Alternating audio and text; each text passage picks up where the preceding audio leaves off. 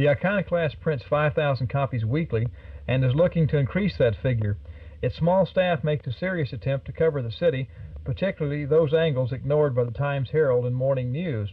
Among its best-read features is the Moat City Monitor, probably the city's best compendium of what's happening in Dallas entertainment, sports events, and television. Iconoclast staffers work long hours to produce what they believe is a genuine weekly summary of what's happening around Dallas. Not long ago, staffers' salaries were paid in newspapers.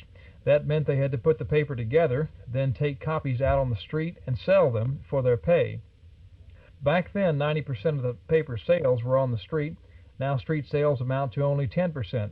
Instead, the Iconoclast has invaded such places as drive-in groceries, where it sits side by side with the Times-Herald and Morning News. The paper is also sold from 10 vending boxes in the Oak Lawn area, and that's worked so well that 100 more boxes are on order. Soon we'll be seeing the Iconoclast boxes downtown next to the Wall Street Journals and other newspapers. We're not covering the city adequately. We don't have the resources to do that. We try to do well those things we cover. And in part, that's determined by how the daily print media covers things. If there's a story that needs to be told that they did an inadequate or no job whatsoever, then we step in and fill that void. I would say our change in format stems from a desire on our part to increase our impact on the community in Dallas.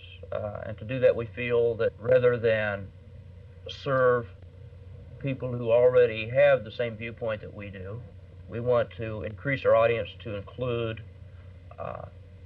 open-minded people who haven't formed opinions, possibly. We want to get out information to them that is presented objectively. We want to do it factually.